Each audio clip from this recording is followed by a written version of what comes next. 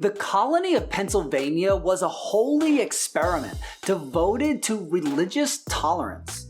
The founder was a member of a radically liberal, outcast religious group, and he dreamed of a land where his Quaker values could flourish. But did he actually succeed in that experiment? Well, that's the treasure we're out to discover. I'm Dan Luer, and this is History for Humans.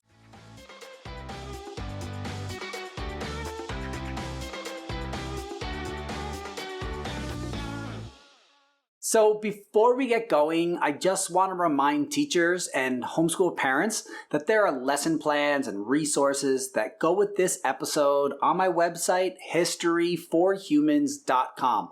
We have a full U.S. history video curriculum that can transform your classroom. And now, our exploration question for today's episode is, how did William Penn's Quaker beliefs influence the development of Pennsylvania? So use that as a frame to guide your thinking, and now umbrellas out because I got some history to rain upon you.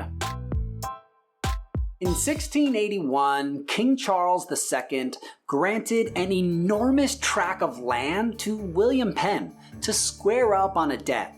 Though Penn hoped to profit from the land, he had a higher goal, a vision of a new and more egalitarian world in his lands. Penn's radical dream stemmed from his Quaker beliefs, who were a new, controversial Christian sect in England. Officially known as the Religious Society of Friends, they were called Quakers because they supposedly trembled during their religious experiences. Believing all people were equal in the eyes of God, they refused to bow to nobles or remove their broad-brimmed hats in their presence. They also rejected religious hierarchies that some were above others and the elaborate rituals of the Church of England. Instead, Quakers participated in their own simple and modest meetings without even trained clergy. Instead, anyone could speak, including women, who were treated much more equally in their communities. Unsurprisingly, this Society of Friends made considerable enemies with those in power. Like the Puritans, Quakers faced harsh persecution, except they found it on both sides of the Atlantic. In England, they'd be thrown in filthy prisons and cruelly beaten. And in Puritan New England, they were tortured, flogged, maimed, and even executed. But upon his father's death, Penn came to collect the debt the king had owed him.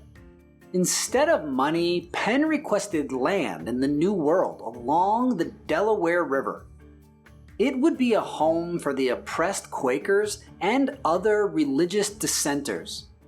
King Charles II was happy to oblige. It's surprisingly easy to be generous with land when it's not actually yours at all. And not only would it get rid of the troublesome Quakers, but it would further secure English domination of North America. And Pennsylvania, or Penn's Woods, would be a new type of colony, a holy experiment. William Penn had lofty goals and high ideals for his colony, which were exceedingly liberal for the 17th century. His primary focus was religious tolerance. Though it would be a haven for Quakers, all people would be free to worship as they chose. Even Catholics and Jews were free to worship as they wished, but due to pressure from London, they could not vote or hold office. As a proprietary colony, Penn was the sole owner and had near total control of the government. However, he drafted a constitution that limited his power and established democratic principles. Property owners could vote, and the Constitution guaranteed all citizens basic liberties, and this later influenced the U.S. Constitution. Penn also designed the city of Philadelphia, the city of brotherly love, to be a new kind of city, with wide open streets, public spaces, and parks. Trying to avoid the horrid slums that were common in European cities, Philadelphia would be a healthy and orderly city. And as Pennsylvania grew, it became one of the economic centers of British North America. By the time of the American Revolution, it was the cultural and political capital of the colonies. But maybe most radical for the time was William Penn's treatment and relationship with Indian tribes. Though he had no obligation to do so, he purchased the land which he developed from the local Lenape Indians.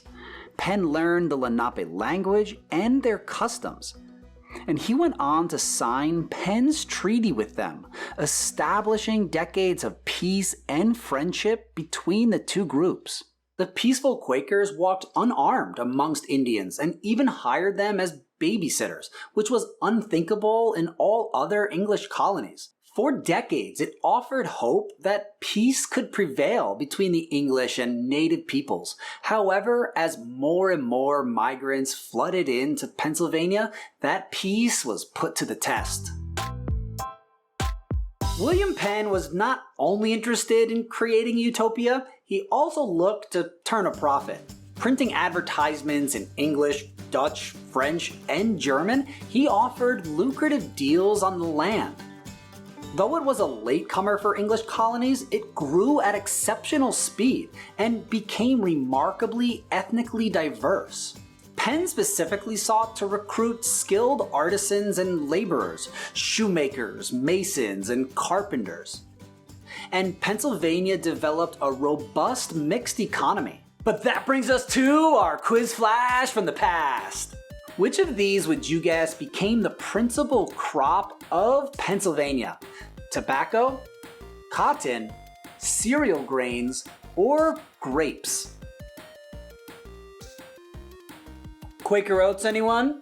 That's right, it's cereal goods. And grains became the backbone of the economy of Pennsylvania and the rest of the middle colonies due to their fertile soils. However, Pennsylvania and the middle colonies of New York, New Jersey, and Delaware had a mixed economy with some light manufacturing, food goods, and some trade and commerce as well. And despite the democratic nature of Pennsylvania, slavery became part of their economy.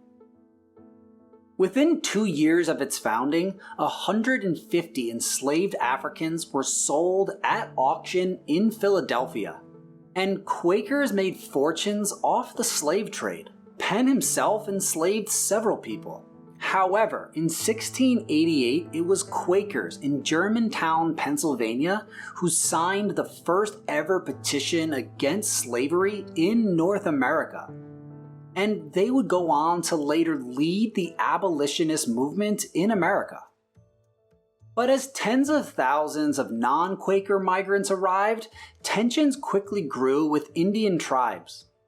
After Penn's death, his own son cheated the Lenape tribe out of land with the walking purchase of 1737.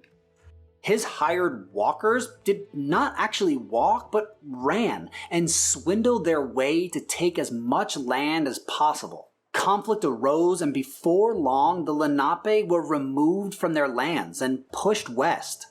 The example of Penn's treaty gave way to the process of Indian removal that characterized English colonization across North America. The hopeful promise of peaceful coexistence was at odds with the success of Pennsylvania's rapid development.